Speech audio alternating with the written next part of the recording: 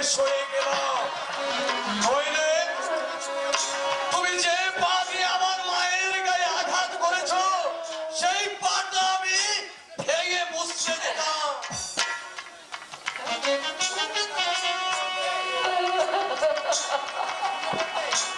তখন না দাদার সামনে বলতে, এই কথাটা বলতে তোমার লজ্জা হলো না? কি বুঝবে, কি বুঝবে তুমি আমার এই বৌদির মহত্ব? তুমি যদি গর্ভে ধরেই কোনো সন্তানের মা হতে আর নিজেকে দিলে দিলে এইভাবে শেষ করে দিয়ে তাকে মানুষ করতে, তবেই বুঝতে আমার বৌদির হৃদয় কি উপাদানে গড়া।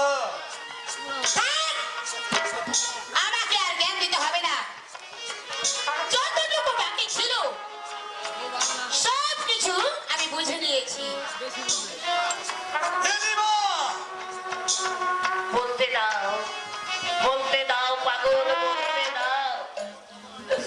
মাথার উপর ভগবান বলে যদি কেউ থেকে থাকে, তিনি এদের প্রত্যেকটি কথা শুনতে পাচ্ছে, তিনি করবে এদের উপযুক্ত বিচার। তোমাকে আর সতীপনা দেখাতে হবে না।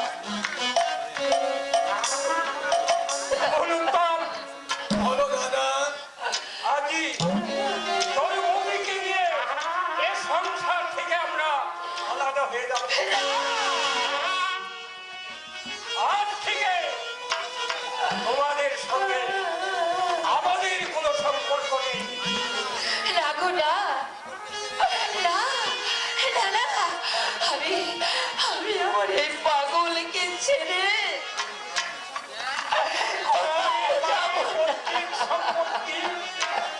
কিছুই আমাদের প্রয়োজন নেই। আমরা যেখানে খুশি সেখানেই থাকবো, যেমন খুশি চলবো। কেন দাদা? প্রত্যেক সম্পত্তির উপর তোমার আমার সমান অধিকার রয়েছে, কিন্তু বাবার আদেশ নেই। বাবার আদেশ নেই। না, বাবার আদেশ নেই। বাবা বলে গেছেন তারই সম্পত্তি যেন কোনোদিনই দুভাগ না হয়। দাদা, কতগুলি অসম্পত্তি ও দুভাগ হয়ে গেলে তোদেরই কুলিয়ে উঠবে না। আমরা সন্তান, আমাদের কথা ছেড়ে দে, কোনো রকমই আমাদের চলে যাবে। চলো বন্ধু, এই চলো। না দাদা,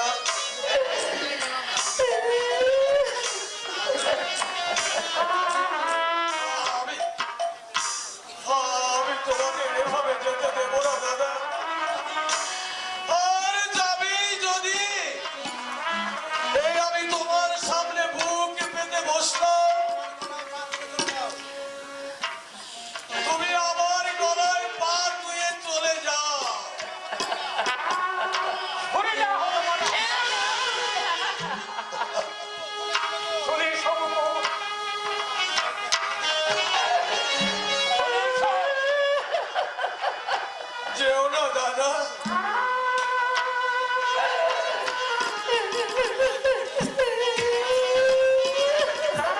দাদা বৌদিকে নিয়ে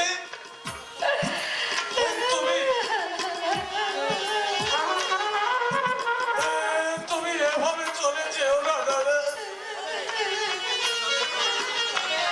যেতে আমার হবে। দাদা, দাদা,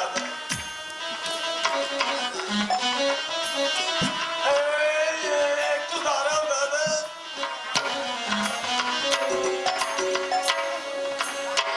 আমি আমার চোখের জলে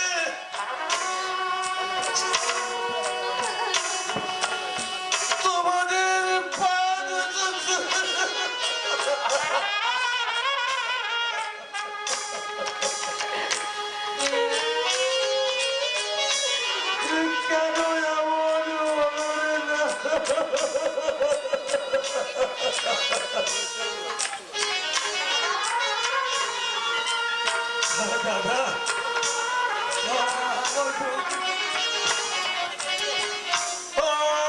বৌদিকে আমার মুখ থেকে কেড়ে নিয়ে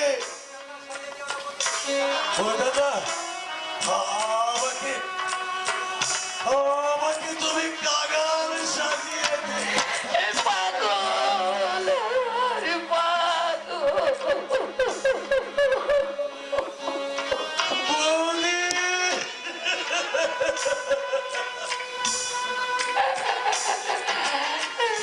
তুমি যে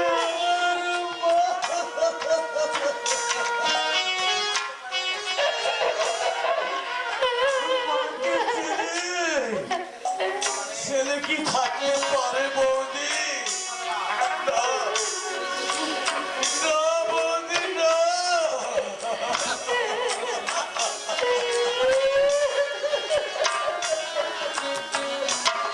না ছেলে কি ছেলে মা কখনো দূরে চলে যেতে পারে মা পাগল ওঠ পাগল ওঠ পাগল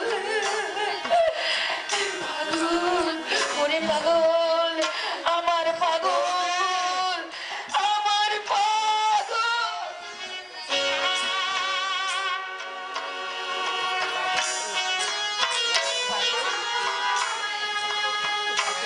দেখি কি বৌদি চলে যে তোমার সারা গা পুড়ে যাচ্ছে বৌদি যাকে দাবি যাকে তোর ওষুধের ভয় করে দাবি চলবে না এসব বকুল না দাদা না কাগাল করে দিয়ে আমার মাকে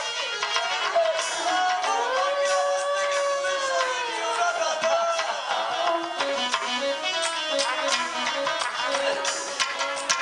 ছোট বউ ছোট বউ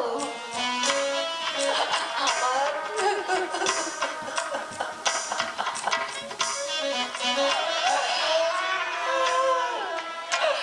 আমার পাগল রইল ছোট বউ ওকে ওর মনে তুমি কখনো ব্যথা দিও না আমার পাগল যদি চোখের জল ফেলে যত দূরে আমি থাকি না কেন ছোট বউ ওর কান্না যে আমি শুনতে পাবো কারণ কারণ ও ও যে আমার বুকে হাজারো লাথি মেরে বড় হয়েছে পাগল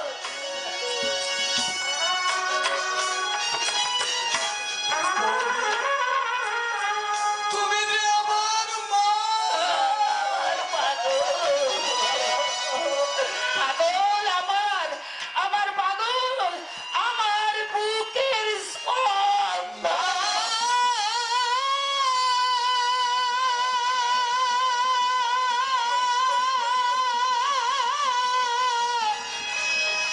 মাগো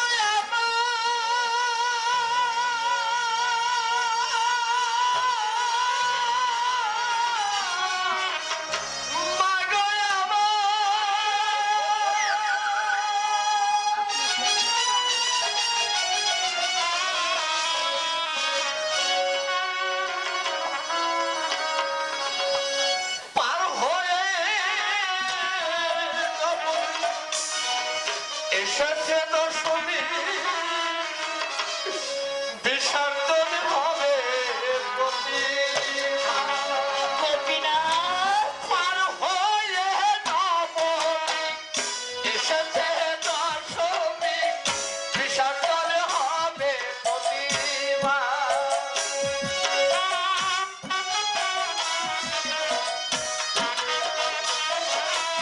ওরে গোপীনাথ আমার দাদা বৌদি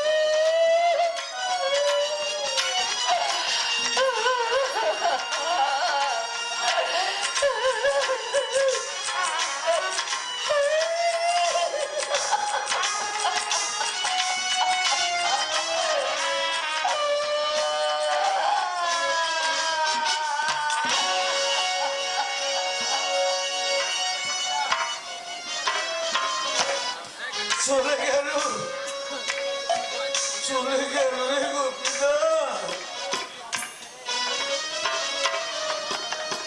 আমার দাদা বৌদি আমায় ছেড়ে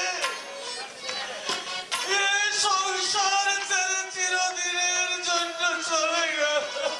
আমি জানতাম ওর একদিন যাবে। ওই গোপীদা আমার বুকের পাঁজর ভেঙে গুড়িয়ে দিয়ে গেল।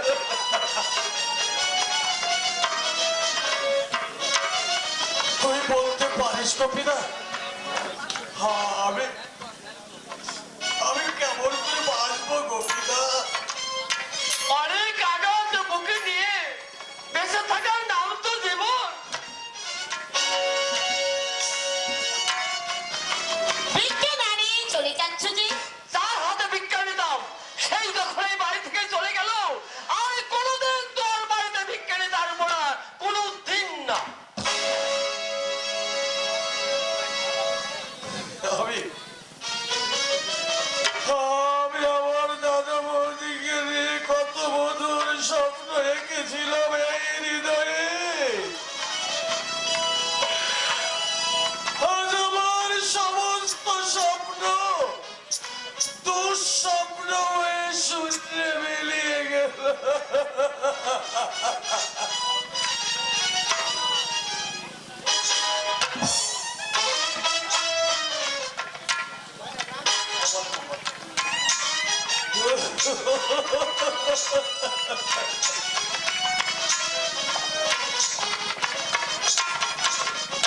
আস্তে মানুষের মতো কাঁদছ তো? কাঁদছি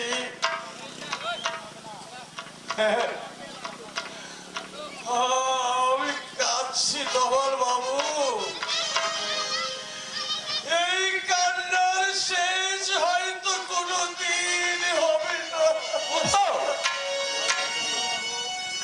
ভয় নেই,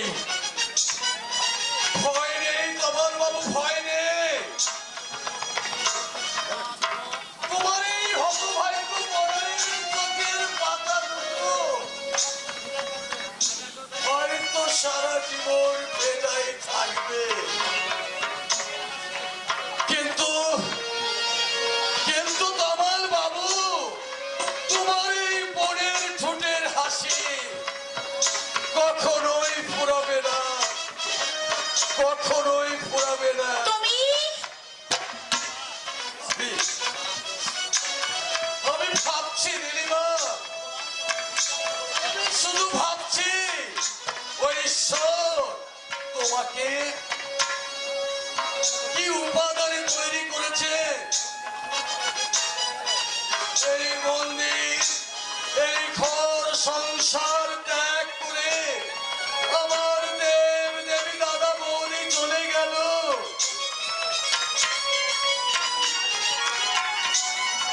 তবু তোমার চোখ থেকে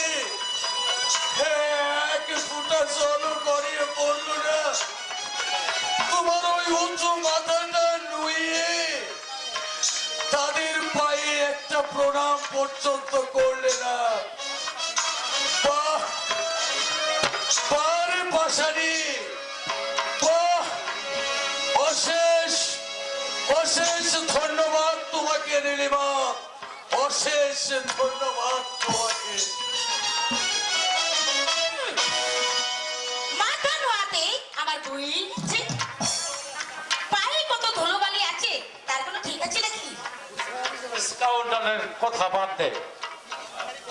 হি is very backward. Right you are. এবার তোর মনের আশা পূর্ণ হয়েছে তো? কাল সকালে ট্রেনে কিন্তু আবার বাড়ি ফিরতে হবে। কিন্তু দাদা, don't get nervous my dear sister. আবার কোনো বিপদের সম্মুখীন হলে চিঠি দিয়ে জানাস, আমি এসে সব কিছু সমাধান করে দেব। সে আমি জানি দাদা, যতবারই শক্তিশালী শিকারী হোক না কেন, তোমার চক্রান্তে বন্দুকের একটা গুলি তা ঠান্ডা হয়ে যেতে পারে। নীলিমা, নীলিমা বহু জন্মে অন্য ফলে তোমার মতো দাদা পেয়েছে, তাই সে আজ গর্বিত। ধন্য।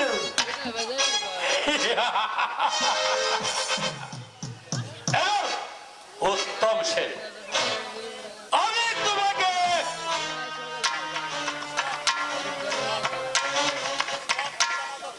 stop your tomato. Remember that.